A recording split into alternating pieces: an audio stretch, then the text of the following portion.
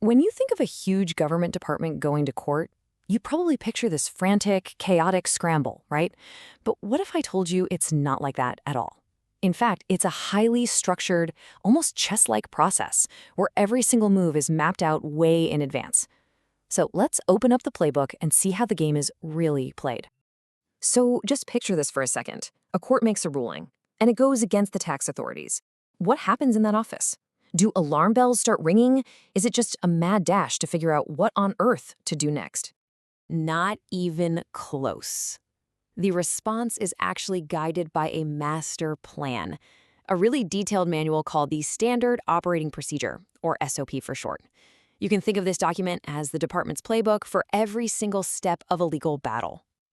And look, this isn't just some informal guide they pass around. The official manual itself says its whole purpose is, and I'm quoting here, to streamline handling of litigation in the department. The goal here is consistency and precision, not chaos. So this is that playbook. We're going to break down the rules for climbing the government's legal ladder, right from the very first step to the final appeal. The whole appeals process is basically a ladder, and every single case has to climb it, rung by rung.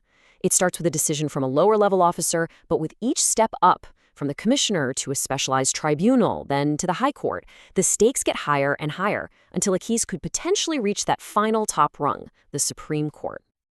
All right, let's zero in on the first major battleground after all the initial internal stuff is done.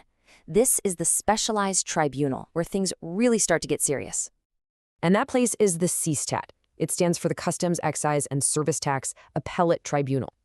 You should think of it as the first big national court for these specific kinds of tax disputes. The decisions made here are a critical turning point for any case. But here's the thing. The government doesn't just appeal every single loss it gets at CESTAT. I mean, can you imagine? That would be a massive waste of time and money. So the playbook has this built-in filtering mechanism to decide which fights are actually worth fighting. And that filter is incredibly practical. One of the main criteria? It's all about the money. To save resources, the department has a strict policy. It won't appeal unless the amount of money at stake is high enough. You're talking 5 lakhs to even challenge a tribunal ruling, 10 lakhs to go to the high court, and a pretty hefty 25 lakhs to even think about taking the fight to the Supreme Court. Now, this is where things get really interesting. After a decision is made at the CESTAT, the playbook reveals this critical fork in the road. A case doesn't just automatically go to the high court next. And this is where the playbook gets super strategic. See, for most complex legal issues, what they call a substantial question of law, the path leads to the high court.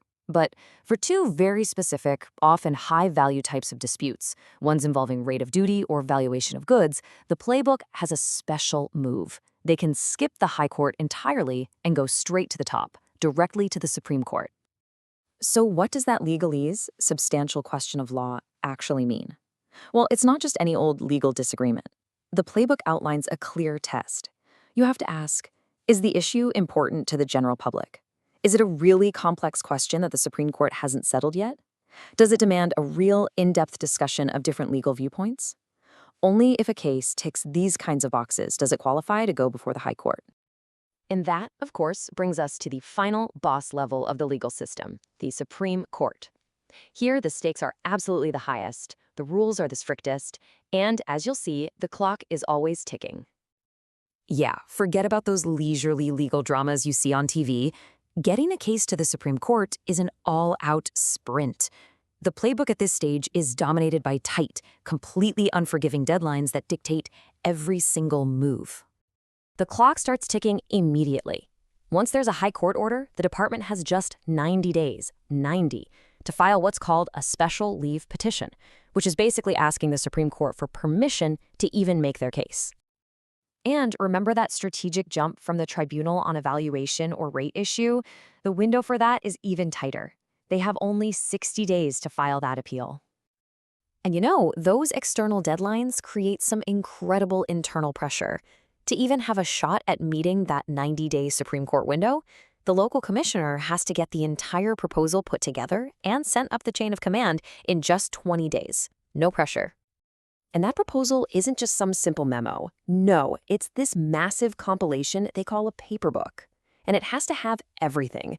I'm talking from the very first notice sent to the taxpayer, to every single order from the lower authorities, all the relevant rules, and copies of every court decision they're relying on. It's an exercise in extreme, painstaking diligence. But what happens when the shoe is on the other foot, right? What if the department wins a case, and now it's the taxpayer who decides to appeal to the Supreme Court? Well, you better believe the playbook has a detailed section for that, too.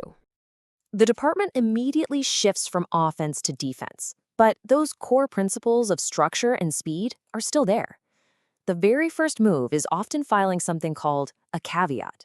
It's a legal notice that basically tells the court, hey, don't make any decisions here without hearing our side of the story first. And their response is timed almost like a military operation. This table, which comes right from the SOP, shows the clock starts ticking the second they get the taxpayer's appeal.